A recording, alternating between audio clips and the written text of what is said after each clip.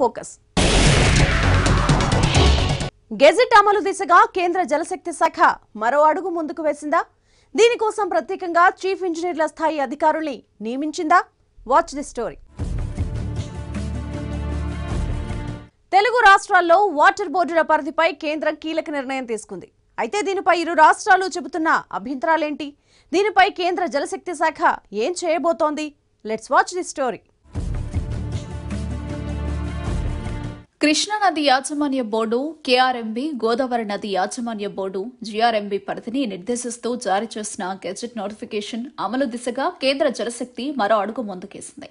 కాగా గెజెట్ అమలు సాఫీగా సాగేలా ఆయా బోర్డులకు జలశక్తి శాఖ చీఫ్ ఇంజనీర్ల స్థాయిలో ఇద్దరేసి ఉన్నతాధికారులను నియమించింది.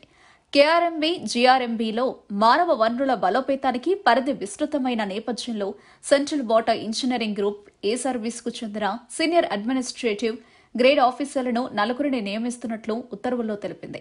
సిడబ్ల్యూసీ ప్రధాన కార్యాలయంలో చీఫ్ ఇంజనీర్గా ఉన్న డాక్టర్ ఎంకే సిన్హాను, సిడబ్ల్యూసీ యమునా బేసిన్ ఆర్గనైజేషన్లో చీఫ్ ఇంజనీర్గా ఉన్న జీకే అగర్వాల్ను గోదావరి నది యాజమాన్య బోర్డులో నియమించింది.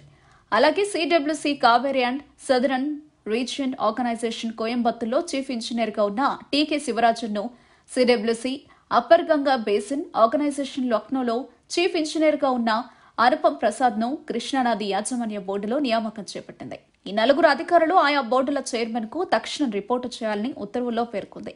అయితే జీతభత్యాలు మాత్రం వారు ప్రస్తుతం పనిచేస్తున్న విభాగాల నుంచే పొందుతారని ఆదేశాల్లో పేర్కొంది. గెజెట్ నోటిఫికేషన్లో పొందుపరిచిన ప్రాజెక్టుల నిర్వహణ సజావుగా సాగేలా చూడాలని సూచించింది. ఈ నియామకాలు 3 నెలల కాలానికి లేదా తదుపరి ఉత్తర్వులు వెలువడేంత వరకు వర్తిస్తాయని పేర్కొంది. ఈ అధికారులు చీఫ్ ఇంజనీర్ల స్థాయిలో పూర్తి అధికారాలతో ఫుల్ టైం పనిచేస్తారని తెలిపింది. బోర్డులో శాశ్వత ఉద్యోగులను నియమించడానికి ముందు ఈ అధికారులను తాత్కాలికంగా పంపుతున్నామని, 3 నెలల పాటు ఈ చీఫ్ ఇంజనీర్లు ఈ ప్రక్రియను పర్యవేక్షిస్తారని కేంద్రం స్పష్టం చేసింది. ప్రాజెక్టులను టేకోవర్ చేయడం సాఫీగా జరిగిపోయేందుకు ఈ అధికారులు పూర్తి సమయం కేటాయించాలని లేఖలో ఆదేశించారు. బోర్డు చైర్మన్లతో జరిగిన సమావేశంలో ఈ అధికారుల నియామకానికి సంబంధించి చైర్మన్ల దృష్టికి తీసుకెళ్లారు. ఈ మేరకు KRMB chairman MP Singh, GRMB chairman Chandrashekhar అయ్యర్తో కేంద్ర జలశక్తి శాఖ అదనపు కార్యదర్శి దేవాశ్రీ ముఖర్జీ ఢిల్లీలో సమావేశం నిర్వహించారు. గత వారం జలశక్తి శాఖ కార్యదర్శి పంకజ్ కుమార్ వీడియో కాన్ఫరెన్స్ నిర్వహించగా దానికి కొనసాగింపుగా అదనపు కార్యదర్శుల భేటీ నిర్వహించారు.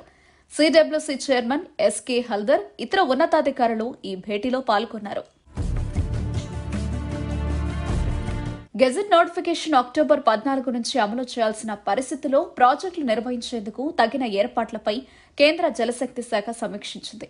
ఇదే సమయంలో బోర్డు పరిధిపై 2 తెలుగు రాష్ట్రాలు లేవనెత్తిన అభ్యంతరాలు కూడా ఈ సమావేశంలో చర్చకొచ్చినట్లు సమాచారం.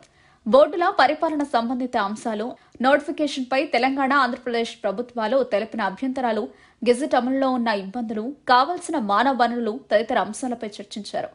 బేసిన్లో నిర్మించిన అన్ని ప్రాజెక్టులను బోర్డుల పరిధిలోకి తీసుకురావడంపై తెలంగాణ, ఆంధ్రప్రదేశ్ 2 రాష్ట్రాలు అభ్యంతరం వ్యక్తం చేస్తున్న విషయం తెలిసిందే.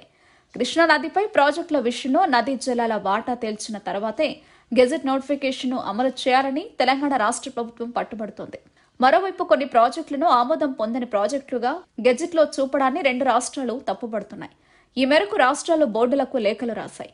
కేంద్రం పెద్దలతో సమావేశాల సందర్భంగా తెలంగాణ రాష్ట్ర ముఖ్యమంత్రి కె చంద్రశేఖరరావు ఈ అంశాలను ప్రస్తావించడంతో పాటు గెజెట్ నోటిఫికేషన్ అమలును వాయిదా వేయాలని కోరారు.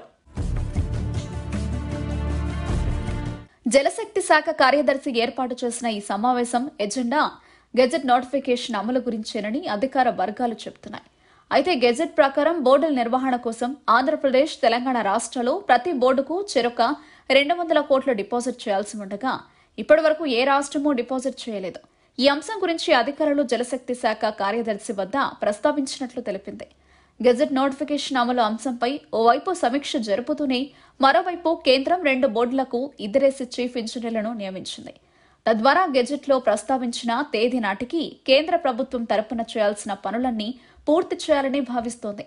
గెజెట్ ప్రకారం బోర్డుల పరిధి పెరిగినందున బోర్డులో అధికారులు, సాంకేతిక సిబ్బంది సంఖ్యను కూడా పెంచాల్సిన అవసరం ఏర్పడిందని కేంద్ర జలశక్తి శాఖ జారీ చేసిన ఉత్తర్వుల్లో పేర్కొంది. తెలుగు రాష్ట్రాలకు సంబంధించి కృష్ణా, గోదావరి నది యాజమాన్య బోర్డులతో కేంద్ర ప్రభుత్వం అత్యవసర సమావేశం నిర్వహించనుంది.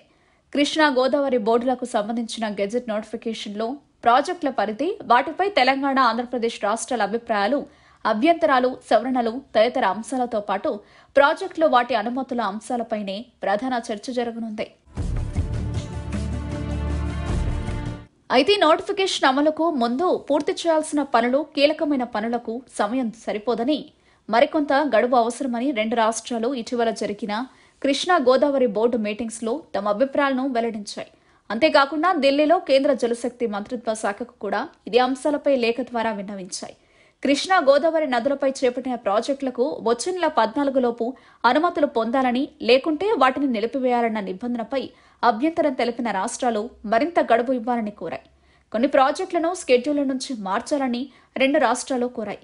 ట్రిబ్యునల్ నీటిని కేటాయించకుండా అనుమతులు ఎలా అని తెలంగాణ ప్రశ్నించింది.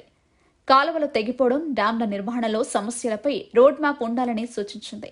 2 నెలల్లోగా ఒక్కో రాష్ట్రం, ఒక్కో బోర్డుకు 200 కోట్ల చొప్పున డిపాజిట్ చేయడం సాధ్యం కాదని, 15 రోజులకోసారి అప్పటి అవసరం ఎంతో చెప్తే దానికి తగ్గట్టుగా విడుదల చేస్తామని కూడా వివరించాయి.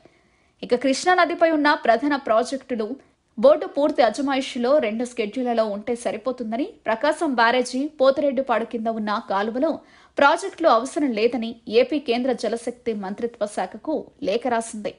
తెలుగు రాష్ట్రాల నీటి రచ్చపై కేంద్రం ముక్కుతాడు వేయనుంది అన్న అభిప్రాయం సర్వత్రా వ్యక్తమవుతోంది.